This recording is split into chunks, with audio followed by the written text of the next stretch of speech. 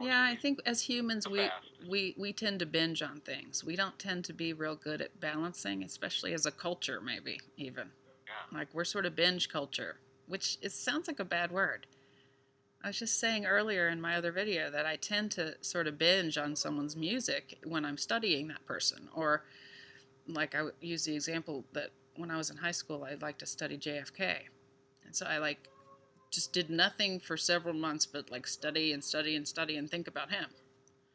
And then eventually I moved on. But it's I that. remember that phase. You did? I'm sure I had pictures of him up on the wall. Kind of had a little JFK crush. I did. But, I'm fascinated with different people in history, and, it fascinates me to look into them and what makes them tick. And you had an Abe Lincoln crush, didn't you? oh, I still do, sort of. It was the beard. I still do. I don't know. The beard is a little weird. Beard there. But what I like is just his... And the hat. You were kind of into the hat. I was not into the hat. That's not true. No, but yeah. I mean, he definitely is. He really is a good writer. Although I understand He was a tall drink of water. he was a tall one, but apparently had a kind of a high voice, which I didn't realize until recently. Know that. Like a Abe Lincoln. He was like, yeah, fourscore and yeah, that's right. Isn't that strange? Like he was this big tall guy. Yeah, why would he want to be more tall with that giant tall hat? I guess he just wanted to be this. Maybe it was because of the little voice that inspired the tall hat. Yeah, it is. Yes, they just did a film. I guess it was Oliver Stone or someone did a film on him. And I saw the making of the film, and they were like, yeah, apparently he had a pretty high voice or something. I don't know exactly what it was, but have you seen the movie Lincoln? Because it was pretty good. That's the outfits and the height and everything else. Yeah. Lead you to think that he was, kind of going to have a really sort of Well, exactly. authoritative You voice. imagine him being sort of like this.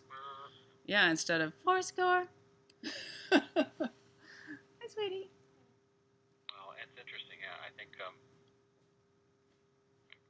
remember. I think Robert Bly talks about Lincoln a lot. He thinks he's a real hero for the country and someone who actually was able to try to heal a lot of the wounds that happened after the Civil War occurred, when there was just a lot of woundedness of the nation. He wanted to try to heal a lot of the scars and the wounds that were there that the war caused, and he felt like that he would have handled Vietnam differently had he been around for Vietnam. He would have everybody out there, and they would have just all acknowledged their grief. He said that part of the fact that the issues with Vietnam were so terrible was that the grief was so unacknowledged there. Interesting. That is interesting. Robert Bly is very much about dealing with and moving through denial. Says denial ain't just a river in Egypt. He likes to say that a lot. That's funny. It is true. It's not just a river in Egypt. Very punny. Yeah. No, it's a real thing, man. And it's definitely a painful condition when you continue to... It might be some raining. Indeed.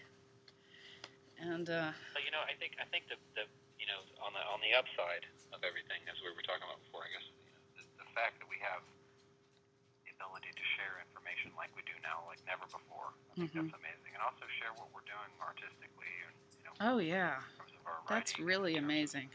Our art. There's never been a time that's been better for, I think, people who are creative people and people who are musicians and artists and writers. Yeah, I totally agree. In a lot of respects, because we have such access to everyone. Yeah. With the internet, which is a good thing.